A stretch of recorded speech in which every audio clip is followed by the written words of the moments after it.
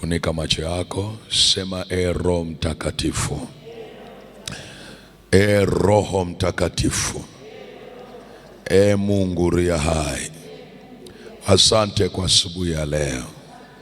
Leo ni siku mpya, umenijalia neema kuiona siku ya leo.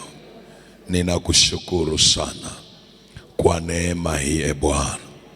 Mioyo yetu imenyenyekea, moyo wangu unanyenyekea madhabahuni pako asubuhi ya leo.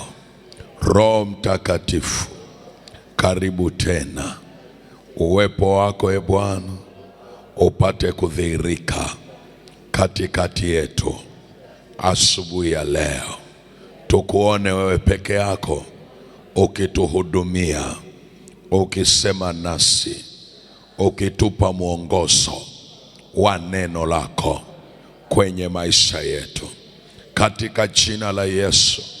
Omba dakika moja sasa, tamka neno kwa ajili yako asubuhi ya leo na kwa ajili ya taifa la Tanzania. Omba, fungua kinywa chako, mtu wa Mungu. Zungumzia nchi. Nimepewa taarifa tulikuwa tunaombea mji, lakini tamka kwa ajili ya taifa zima. Tamka kwa ajili ya nchi nzima. Ombea, achilia damu ya Yesu kila mkakati wa asili, mkakati wa kiroho na wa kibinadamu, kila mkakati wa kiroho na wa kibinadamu unaopangwa kinyume na taifa hili, kila mkakati wa kiroho na wa kibinadamu unaopangwa kinyume kwenye taifa hili, hautafanikiwa, hautafanikiwa, hautafanikiwa, hautafanikiwa, hautafanikiwa, hautafanikiwa, hautafanikiwa kwa jina la Yesu aliye hai. Tunapeleka damu ya Yesu Kristo. Tunashusha chochote kiinukacho kinyume cha wanadamu, kinyume cha familia za Watanzania, kinyume cha watu wa Tanzania wote. Tunashusha hicho kitu kisinuke tena kwenye taifa hili, kisinuke tena kwenye familia hizo, katika jina la Yesu aliye hai. Kwa damu ya Yesu Kristo tunazinua familia za Watanzania na kuziachilia mikononi mwako Bwana asubuhi ya leo. Leo ni tarehe 7 mwezi wa 7. Tunatamka kwenye ulimwengu wa roho, kila hila na mikakati ya adui, kila hila na mikakati ya wanadamu ya kuleta uharibifu katika ulimwengu wa roho na ulimwengu wa mwili, wanaotafuta kutumia siku ya leo kuleta shida, kuleta madhara, kuonea watu wasio na hatia, tunaachilia damu ya Yesu. Inaondoa hayo madhara, inaondoa kwenye ulimwengu wa roho, inaondoa katika jina la Yesu aliye hai, katika jina la Yesu aliye hai. Tunaachilia damu ya Yesu, tunaachilia damu ya Yesu, tunaachilia damu ya Yesu, tunaachilia damu ya Yesu, tunaachilia damu ya Yesu, tunaachilia damu ya Yesu, damu ya Yesu, damu ya Yesu, damu ya Yesu kwenye taifa hili. Mungu, hili ni taifa lako, tunaliweka wakfu tena asubuhi ya leo. Mkono wako uwe mkuu kwenye nchi hii, kwenye mitaa yote na kila mahali, kwenye vijiji na miji. Mkono wako usipunguke Bwana, neema yako na rehema zako zisipunguke, uwepo wako usipunguke kwa jina la Yesu, uwepo wako usipunguke kwa jina la Yesu, uwepo wako usipunguke kwa jina la Yesu, katika jina la Yesu aliye hai. Somo tunaloendelea nalo, namna ambavyo Mungu huwasaidia watu wake. Jana nilikuwa nakupa utangulizi, nilisoma Zaburi ya 46 mstari wa kwanza, nikasoma Zaburi 121 mstari wa kwanza mpaka wa pili, lakini nikakusomea Isaya 41 mstari wa 10 mpaka wa 14, na nikakuonyesha namna ambavyo Biblia inaonyesha juu ya msaada wa Mungu, kwamba mtu wa Mungu yoyote, awe mtumishi, awe mhubiri, awe muombaji, awe Mkristo au mtu wa kawaida yoyote, anahitaji msaada wa Mungu kwenye maisha yake. Na nikakuonyesha sasa kwenye Isaya, maandiko yanazungumza wazi. Mungu amezungumza nitakusaidia katika, amerudia neno nitakusaidia mara 3. Nilikuonyesha jana. Anasema usiogope, mimi ni pamoja nawe, mimi ni Mungu wako, nitakusaidia, nitakushika kwa mkono wangu wa haki wa kuume, usiogope. Unaona Mungu akirudia zaidi ya mara 3, karibia mara 3 kusema nitakusaidia. Nikakwambia maisha yetu haya yanahitaji msaada, yanahitaji msaada. Anasema nitakusaidia, na tukaona namna ambavyo anazungumza kwamba hutawatafuta wale wapiganao nawe hutawaona. Msaada wa Mungu unapokuja, nikakuonyesha kwenye Zaburi, Biblia inasema yeye ni msaada tele. Msaada tele maana yake ni msaada wenye utoshelevu. Msaada wa Mungu hauna mapungufu. Msaada wa mwanadamu una mapungufu. Mungu anapoamua kukusaidia, msaada wake hauna mapungufu. Ndio maana nikakufundisha kwamba lengo ni tupate kujua kwamba tunapoishi hapa duniani tutapitia nyakati mbalimbali ambazo zinahitaji Mungu aingilie kati kwa ajili ya msaada. Amen, amen. Amen, amen. Na nikakwambia Mungu anapokusaidia hutumia mikono ifuatayo. Tukaambia mikono ambayo Mungu hutumia kukusaidia. Mkono wa kwanza nikasema ni mkono wa Mungu. Mkono wa pili ni mkono wa mtu. Mkono, aina nyingine ya mkono ni mkono wako mwenyewe. Alafu mkono mwingine ni mkono wa adui yako. Kwa nikasema tutajifunza aina za mikono ambayo Mungu huitumia kuwasaidia watu wake. Amen, amen. Bwana asifiwe. Sasa leo tunaanza na mkono wa Mungu. Sema mkono wa Mungu. Hebu sema kwa sauti, mkono wa Mungu. Nafikiri hili jambo hujawahi, sio mara ya kwanza kulisikia. Mkono wa Mungu uko juu yako, mkono wa Mungu utakusaidia. Tunaanza na mkono wa Mungu, kwamba Mungu anapohitaji kukusaidia hunyoosha mkono wake. Tunaanza na mkono wa Mungu. Mkono wa Mungu maana yake nini? Hilo ndio jambo la kwanza. Tuanze na kitabu cha Nehemia, ile sura ya 2 mstari wa 7 mpaka wa 8. Lakini nitakusomea kitabu cha Matendo ya Mitume 11 mstari wa 21. Maandiko yanasema, tena nikamwambia mfalme, ukiona vema na nipewe nyaraka kwa maliwali walio ng'ambo ya mto, ili waniache kupita mpaka nifike Yuda. Nipewe na waraka kwa Asafu mwenye kutunza mwitu wa mfalme, ili anipe miti ya kufanyiza boliti kwa malango ya ngome ya nyumba, na kwa ukuta wa mji, na kwa nyumba ile nitakayoingia mimi. Naye mfalme akanipa kama mkono mwema wa Mungu ulivyokuwa juu yangu. Angalia, anasema naye mfalme akanipa kama mkono mwema wa Mungu wangu ulivyokuwa juu yangu. Sasa ukisoma hapa, hii habari inazungumzwa habari ya Nehemia. Ukianzia sura ya kwanza, alikuwa ameletewa habari mbaya juu ya mji wa Yerusalemu, kwamba malango yake yamechomwa moto, lakini watu waliosalia wako katika dhiki kubwa. Watu waliosalia wako katika dhiki kubwa. Huyu ndugu yuko uhamishoni, anamtumikia mfalme mwingine kama mnyweshaji, mtu anayehudumia meza. Lakini alipopelekewa hizi taarifa, moyo wake uliugua, akaomboleza namna ambavyo ndugu zake wanateseka. Anasema aliomboleza, alilia, baadaye akafunga na kuomba. Akaanza na maombi ya toba, akiomba rehema juu ya makosa yaliyofanyika mpaka yakawafikisha hapa, kwa sababu alijua chanzo cha haya yote mpaka tunapitia adha na dhiki hii ni makosa, ni dhambi tulioifanya. Na wakati anaongea na Mungu, anamwambia Mungu, hatukuwa watiifu. Manabii zako walipoongea hatukuwasikiliza, tumekutenda dhambi. Lakini akaanza kuomba rehema mbele za Mungu. Mungu ampe kuhurumiwa mbele ya mfalme. Akasema, nipe huruma mbele ya mtu huyu.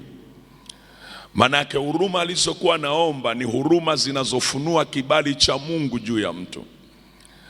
Akaomba, lakini ile sura ya 2 mfalme anaona hali ya yule mtu akiwa mbele yake. Akasema, nikikutazama ninapokuona namna hii, wewe haumwi, lakini hii ni huzuni iliyoko moyoni mwako. Niambie, sababu gani una huzuni kiasi hiki? Afu akamjibu, kwa nini nisiwe na huzuni?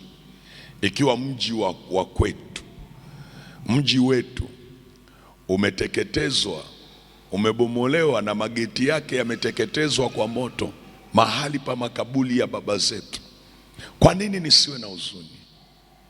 Kwa nini nisiwe na huzuni? Ndipo mfalme akaniambia, niambie, una haja gani unaotaka kuniomba? Hiyo ni mistari ile ya kule juu, kuanzia mistari ya 4, ya 5, mstari wa 3, wa 4, wa 5 na wa 6. Asema, una haja gani unataka kuniomba? Biblia inasema akamuomba Mungu. Nehemia anaambiwa una haja gani unaotaka kuniomba, hakumwambia yeye, akamuomba Mungu. Nilipokuwa na tafakari alimuomba Mungu nini, naona kwenye majibu ya Nehemia akizungumza alipomuomba Mungu, afu baadaye ndipo anamwambia mfalme, ukiona vema uniruhusu, ukiona vema na ikiwa nimepata kibali machoni pako, uniruhusu niende kwenye mji wa baba zangu nikafanye nini? Nikajenge. Sasa anaendaje kujenga? Ni kweli ana mzigo wa kujenga, ana mzigo wa kurejesha kile kilichoharibiwa, lakini anafanyeje? Ndipo akamuomba tena, na Malkia akiwa amekaa pembeni yake mfalme akamwambia, sio hivyo tu, lakini unipe na nyaraka. Nyaraka maana yake vibali vya kuvuka mpaka. Lakini siishia hapo, nahitaji na miti ya kwenda kujengea ambayo inatoka kwenye msitu alioutunza mfalme. Nahitaji na miti. Sasa ukisoma maandiko unajiuliza, huyu mtu anaomba mambo makubwa, atawezaje kupewa wakati wala sio raia wa ile nchi? Yeye amepelekwa kule ni kama uhamishoni, utumwani, atawezaje kupewa?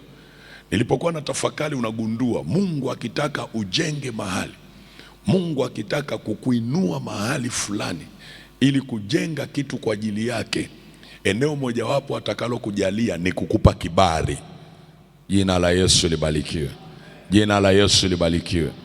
Sasa Mungu amempa kibali, lakini Nehemia anatuonyesha kwenye mistari niliyokusomea, wakati anamwambia mfalme kwamba nahitaji na hiyo miti, nipewe waraka ili yule mtunza miti anikatie miti ya kwenda kujengea. Biblia inasema mfalme akanipa sawasawa na mkono mwema wa Mungu uliokuwa juu yangu. Anazungumza juu ya mkono wa Mungu. Maana yake nini? Maana yake haya yote nilitendewa si kwa sababu mimi ni bora kuliko wengine, ila kuna msaada ambao Mungu aliuachilia kupitia mkono wake, ambao huo mkono wake umeniwezesha mimi kufanikiwa katika jambo hili. Na ndio maana unaona anazungumza pale, anasema hivi, naye mfalme akanipa kama mkono mwema wa Mungu ulivyokuwa juu yangu. Kwa hiyo nagundua kumbe mkono mwema wa Mungu uliokuwa juu yake ndio uliomsaidia apate msaada. Jina la Yesu libarikiwe.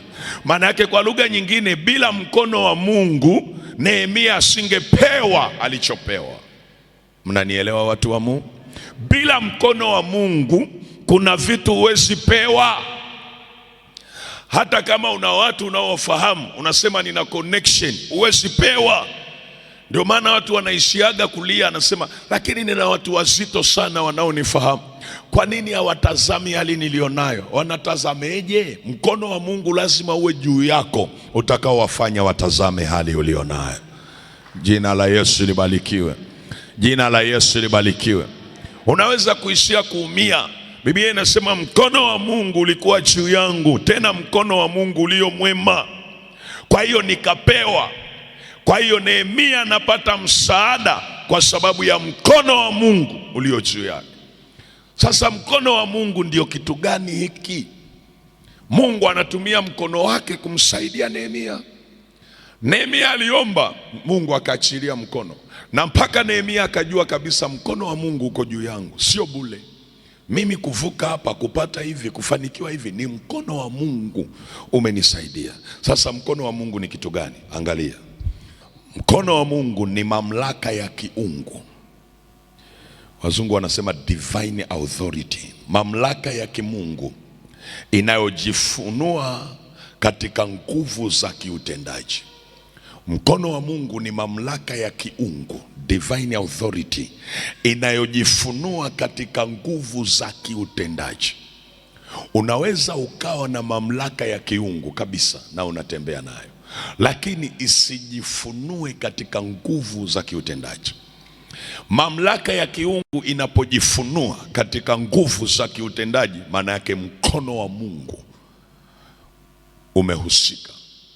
Kwa unaposikia neno mkono wa Mungu, ni mamlaka ya kiungu inayojifunua katika nguvu za kiutendaji. Kwa mfano anasema mkono wa Mungu ulinichukua na kunipeleka mahali, maana yake nguvu za Mungu zilimchukua na kumpeleka mahali. Ni mamlaka ya kiungu inayojifunua katika nguvu za kiutendaji. Matendo ya Mitume 11:21 inasema mkono wa Bwana ukawa pamoja nao, watu wengi wakaamini wakamwelekea Bwana. Angalia kwanza, tuanzie mstari wa 19 ili tuelewe vizuri. 19 inasema basi wale waliotawanyika kwa sababu ya ile dhiki iliyotukia kwa habari ya Stefano wakasafiri hata Foinike na Kipro na Antiokia, wasilihubiri lile neno ila kwa Wayahudi peke yao. Lakini baadhi ya hao walikuwa watu wa Kipro na Kirene, nao walipofika Antiokia wakasema na Wayahudi wa Kiunani, wakihubiri habari njema za Bwana Yesu. Mkono wa Bwana ukawa pamoja nao, watu wengi wakaamini wakamwelekea Bwana.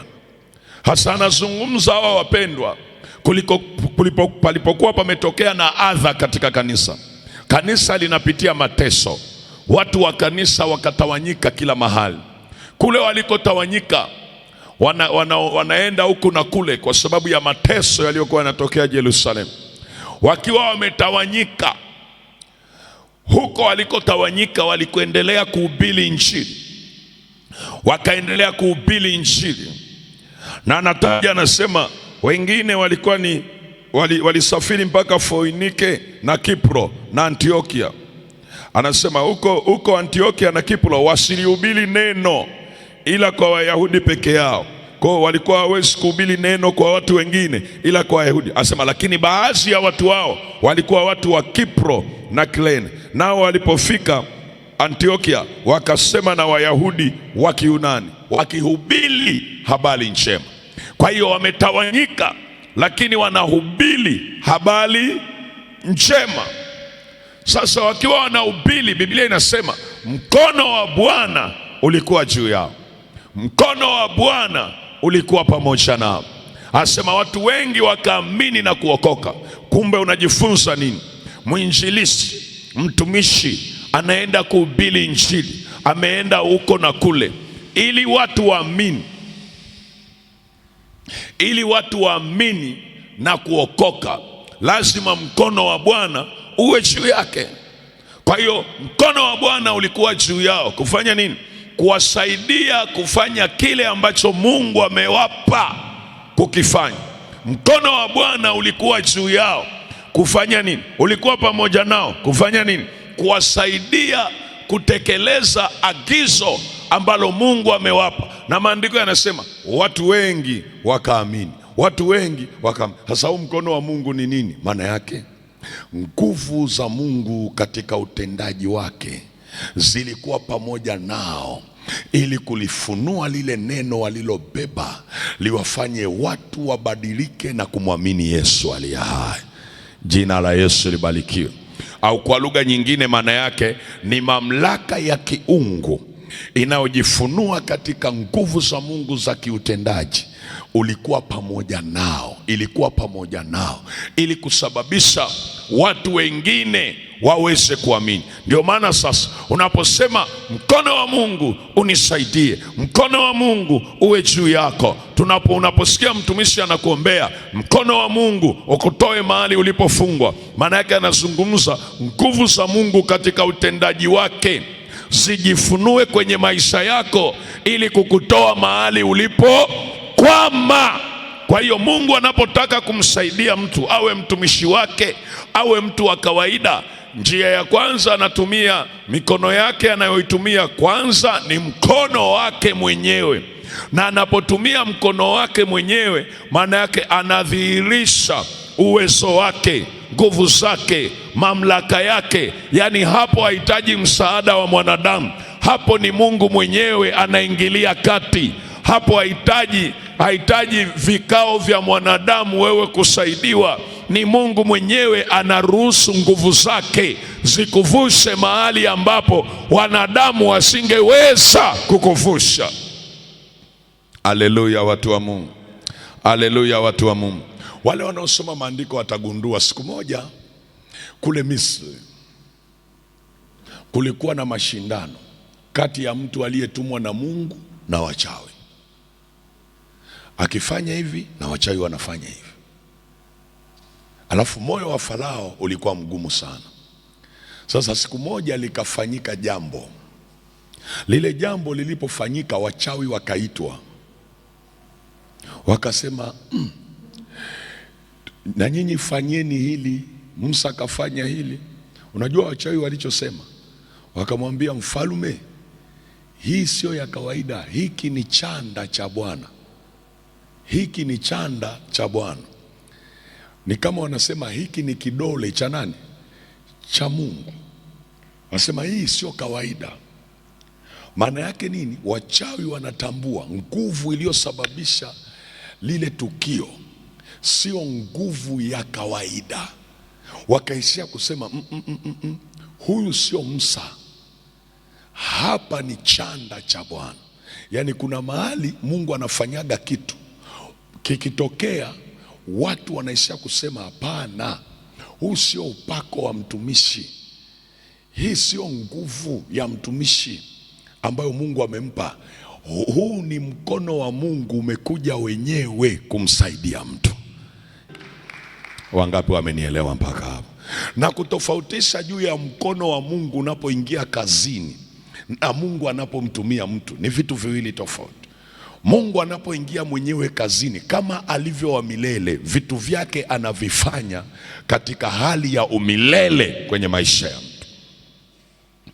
Mungu anapoingia kazini, matendo yake anapoyafanya yanaishi. Vizazi vinavyokuja vitasimulia kwamba kuna jambo Mungu aliwahi kufanya.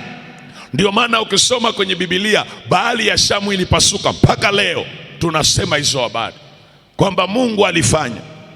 Lakini ukisoma pia kwenye Biblia utasikia Yoshua akasimamisha jua, mpaka leo hakuna mtu mwingine amesimamisha jua kama Yoshua. Kwa nini? Kwa sababu ni tukio ambalo Mungu alilifanya.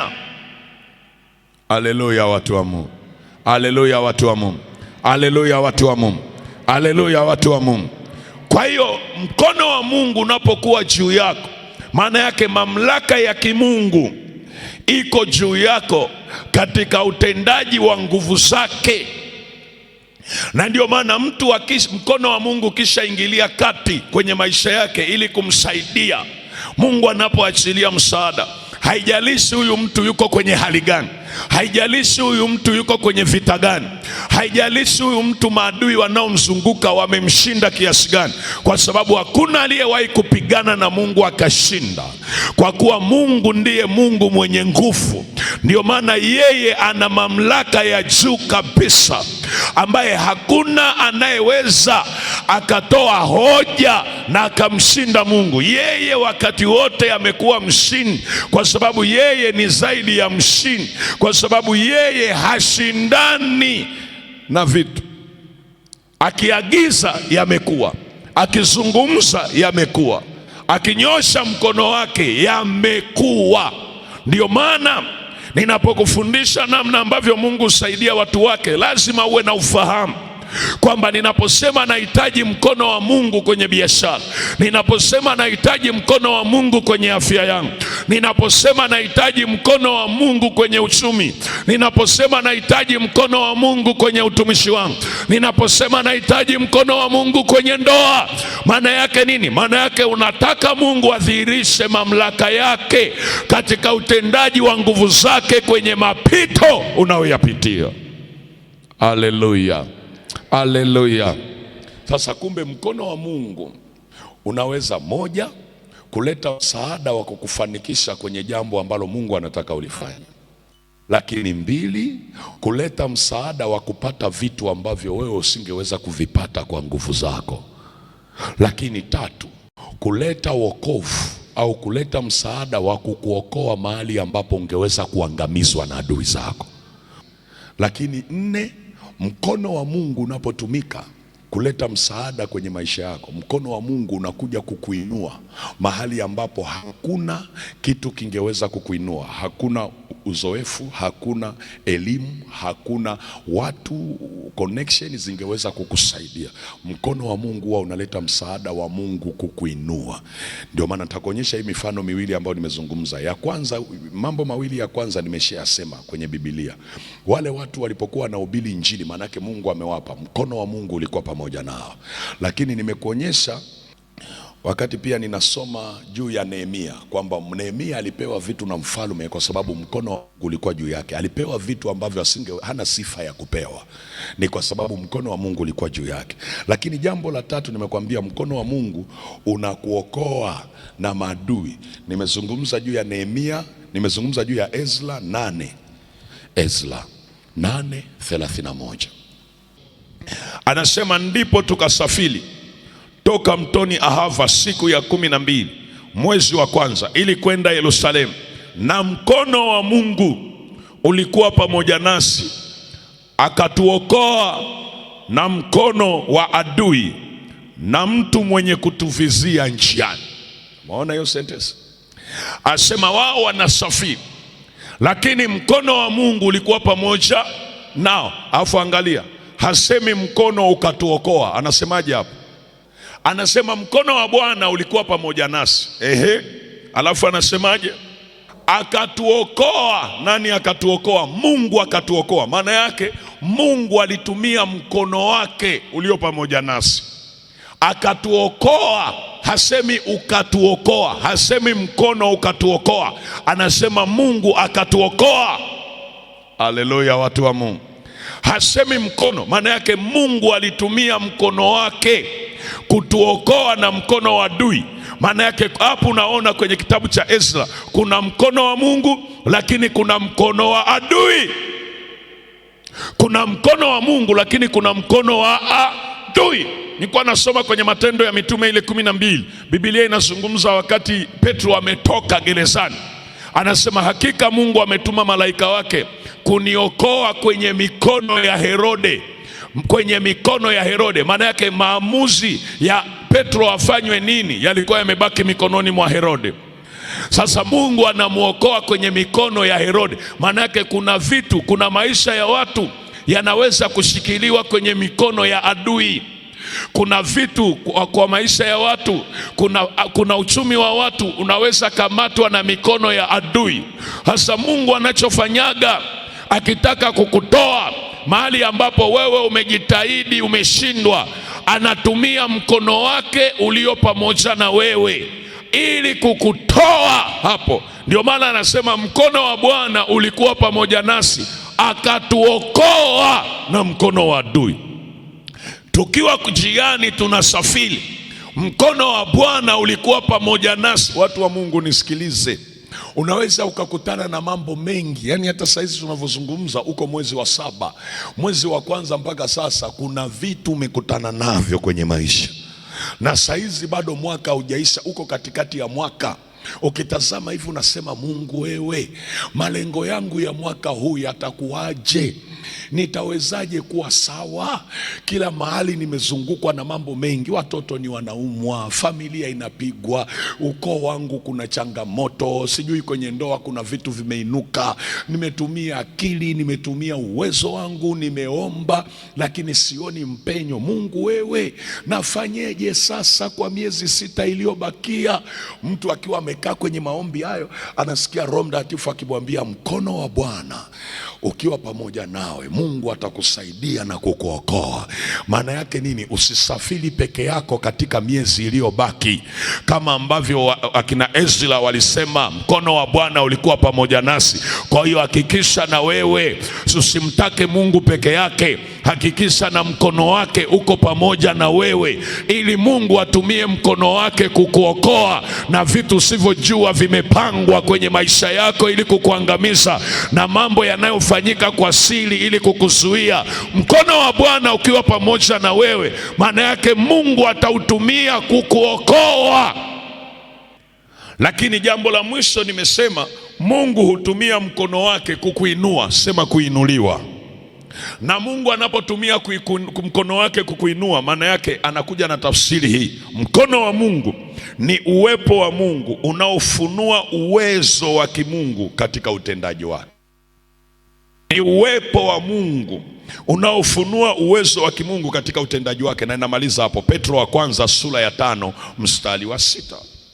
Uwepo wa Mungu unaofunua uwezo wa kimungu katika utendaji wake. Kwa unaposikia mkono wa Mungu umemniinua, maana yake uwepo wa Mungu uliingia kwenye maisha ya mtu huyu, alafu ukafunua utendaji kazi wake. Petro wa kwanza sura ya 5 mstari wa 6 unasema, basi nyenyekeeni chini ya mkono wa Mungu ulio hodari, ili awakweze. Sema ili awakweze kwa wakati wake. Umeona, anasema nyenyekeeni chini ya nini? Ya mkono wa Mungu ulio hodari, ili awakweze kwa wakati wake. Lile neno nyenyekeeni, maana yake jiwekeni chini ya, maana yake unajikabidhi chini ya uangalizi wa uwepo wa Mungu na mamlaka yake, ili Mungu atumie nguvu zake kukuinua, kukukweza. Unataka kuinuliwa, unataka Mungu ainue familia yako, ijifunze kuinyenyekesha familia yako chini ya mkono wa Mungu ulio hodari. Na ndio maana nikakwambia, Mungu anaporuhusu mkono wake uwe pamoja nawe, maana yake atautumia mkono wake kukuinua. Analeta msaada kupitia mkono wake wa kuinuka mahali ambapo usingeweza kuinuka, usingeweza kuinuliwa. Mimi nataka nikwambie, si wanadamu wala sio maadui na mashetani ambao wangependa mtu yoyote ainuliwe. Kwa mfano, kama unafikiri na kutania, tafuta marafiki zako ambao mko level moja. Kwa mfano, level ya kiuchumi, wote labda mnatiatia maji, ni marafiki zako. Alafu au kwenye familia yako tu. Umewahi kujiuliza kwa nini kuna watu waliofanikiwa angalau kidogo wanachukiwa kwenye familia? Unasema, mwalimu, unajuaje kama wanachukiwa? Akifanya tu jambo la kawaida tu, utasikia anaambiwa anajivuna kwa sababu yeye angalau ana uchumi. Anajidai kwa sababu yeye unajiuliza, mbona sijajidai? Mbona sijajivuna? Kwa nini? Kinachofanya waongee ni chuki iliyoko kwenye mioyo yao. Jina la Yesu libarikiwe. Watafurahia tu pale watakaposema, halo, tumekwama kwenye hiki, unatoa na watumia milioni 1. Halo, sasa unashangaa, pamoja na kufanya vyote hivyo, kuna siku utakapoambia leo sina jamani, naomba mumuulize na mwingine kidogo, leo sina. Ghafla unashangaa kuambia tu leo sina, wamekasirika, wamenuna. Kwa nini wananuna? Kwa sababu ya ule chuki iliyoko ndani. Nataka kusema nini? Ukifuatilia utakuja kugundua wanadamu walivyo, hawawezi kuona mwenzake anafanikiwa. Ni wachache sana nakwambia. Na ukimkuta mtu anayefurahi mwingine anafanikiwa, ni moyo wa Mungu umeingia ndani yake. Ni wachache sana. Wengi watamfurahia anayefanikiwa ikiwa wananufaika naye, si anawapa vitu kwa wanamfurahia. Lakini kama hawapi vitu, wanakuwa na chuki za ndani kwa ndani. Na ukitaka fuatilia watu wote ambao labda wote mlianza chini, alafu ghafla, au wengine walikukaribisha kwamba njoo tufanye pamoja hii kazi, alafu ghafla wakakuta wewe unafanikiwa. Unajua kinachotokea ni nini? Wale ambao mlikuwa mnaongea pamoja wanaanza kuchukia, wanaanza kujisikia hasira ndani. Na ni wachache sana ambao wanakuwa na moyo wa kumsaidia mtu. Wanaanza kufanya vituko. Unajiuliza kwa nini huyu mtu anasemwa vibaya? Kumbe wanaotengeneza hayo maneno ni wale rafiki zake, wengine ni wale ambao amewasaidia na kuwasaidia. Sasa unasema, mwalimu, kwa hiyo unahitaji nini ukikutana na mazingira hayo? Ndio maana jifunze kunyenyekea chini ya mkono wa Mungu, kwa sababu Mungu ana tabia hii. Akikuinua yeye, akikunyenyua yeye, hata wakutengenezee mazingira ya kukushusha chini. Hakuna mtu utakayemshusha chini aliyenyenyuliwa na Mungu. Fuatilia kwenye historia, mtu yoyote aliyeinuliwa na Mungu, pambana usiku na mchana kwa hila na fitina, kwa maneno, kwa matamko, pambana kumchafua, lakini hutaweza.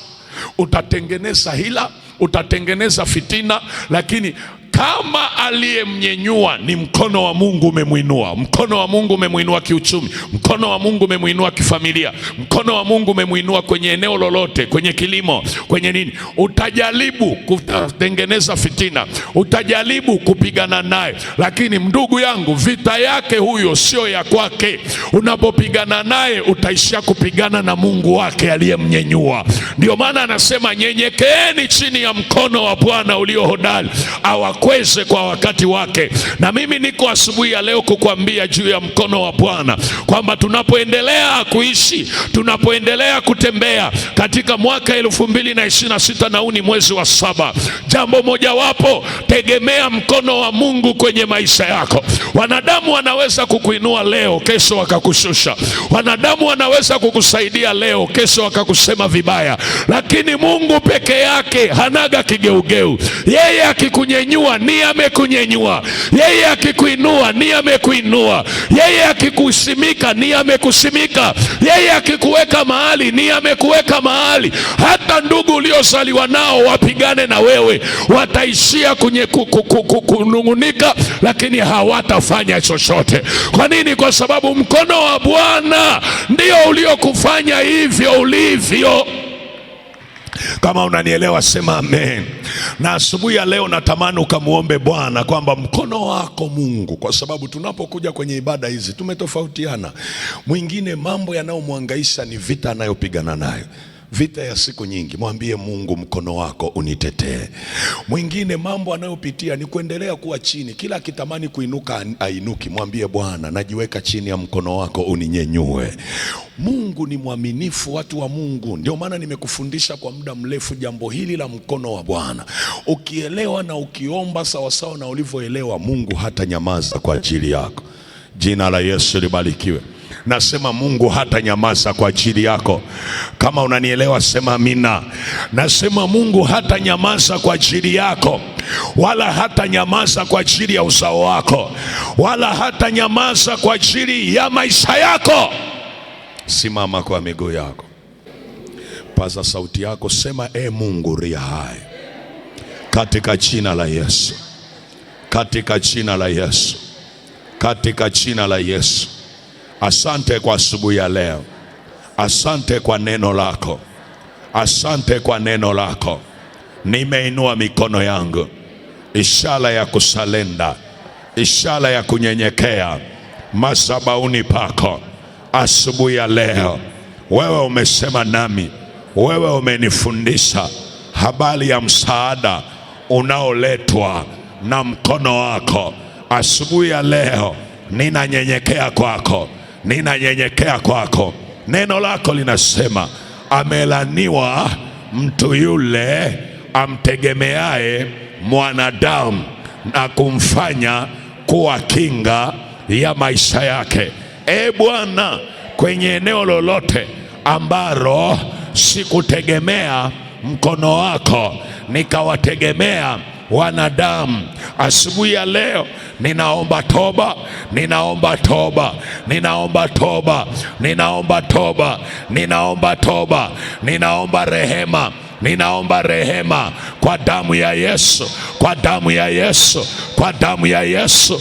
Nilehemu Bwana, nilehemu Bwana, nilehemu Bwana asubuhi ya leo kwa jina la Yesu, kwa jina la Yesu.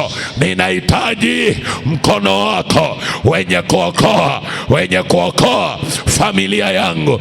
Ninahitaji mkono wako wenye kuokoa uchumi wangu, usiangamizwe, usiteketee, uchumi wangu usiharibiwe, kwa damu ya Yesu, kwa damu ya Yesu, kwa damu ya Yesu. Mkono wako uwe juu yangu, mkono wako uwe juu ya familia, mkono wako uwe juu ya maisha yangu, mkono wako uwe juu ya afya yangu, kunitendea mema, kunitendea makuu, kunitendea miujiza kwa jina la Yesu, kwa jina la Yesu.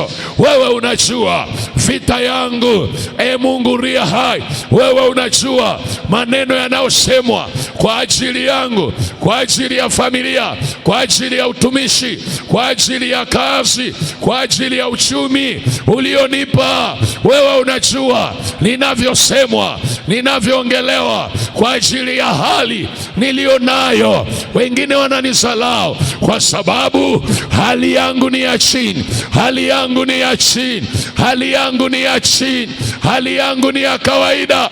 Asubuhi ya leo ninanyenyekea chini ya mkono wako ulio hodari ili uniinue. Niinue Bwana, niinue Bwana, niinue Bwana, niinue Bwana, niinue Bwana, niinue Bwana, niinue Bwana katikati ya kuzingirwa na maadui. Niinue Bwana katika jina la Yesu, katika jina la Yesu. Zigeuze laana walizotamka kuwa baraka kwenye maisha yangu, yageuze mabaya walioyaachilia kuwa mema kwenye maisha yangu, yageuze mabaya walioachilia kwa watoto wangu yawe mema, yawe mema, yawe mema, yawe mema, yawe mema, yawe mema kwa damu ya Yesu, kwa jina la Yesu, kwa damu ya Yesu, kwa jina la Yesu,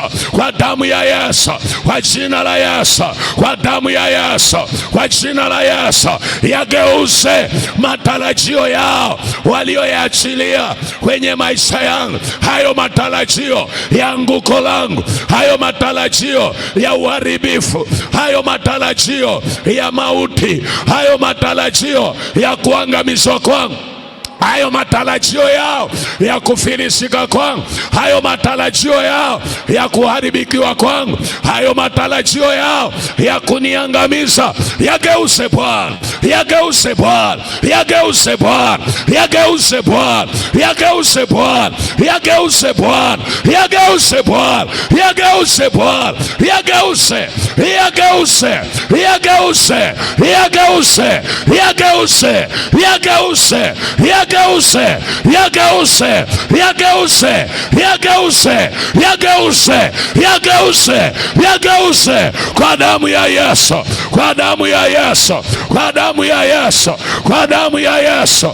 Asubuhi ya leo, asubuhi ya leo, kila vita hiyo, mikono ya adui iliyogusa familia, iliyogusa ndoa, iliyogusa watoto wangu, iliyogusa uchumi wangu, iliyogusa afya yangu, asubuhi ya leo, asubuhi ya leo, asubuhi ya leo, kwa damu ya Yesu, kwa damu ya Yesu, kwa damu ya Yesu, kwa damu ya Yesu, kwa damu ya Yesu. Mkono wako Bwana unitoe kwenye mikono ya adui zangu. Mkono wako Bwana uniokoe kwenye mikono ya watesi wangu, kwenye mikono ya adui zangu, kwenye mikono ya watesi wangu, kwenye mikono ya watesi wangu. Mkono wako uokoe maisha yangu, uokoe familia yangu, uokoe watoto wangu,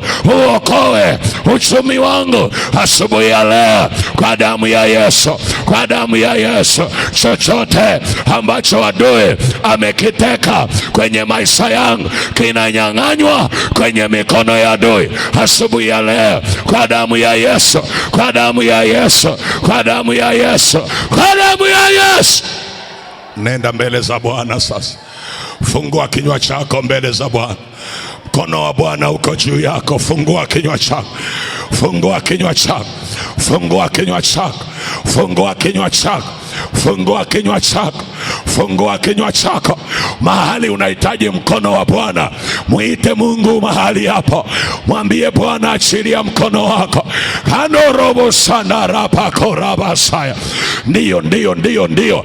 Adui unanisikia, shetani unasikia, mapepo mnasikia, wachawi mnasikia, giza linasikia. Asubuhi ya leo, asubuhi ya leo, asubuhi ya leo, asubuhi ya leo, tunanyang'anya hicho kilichokaa kwenye mikono yenu. Tunanyang'anya tunanyang'anya hayo maisha, tunanyang'anya hivyo vipawa vya watoto wa familia hii. Mando robo sandara pakora basaya risandara pakora, kwa damu ya Yesu aliye hai.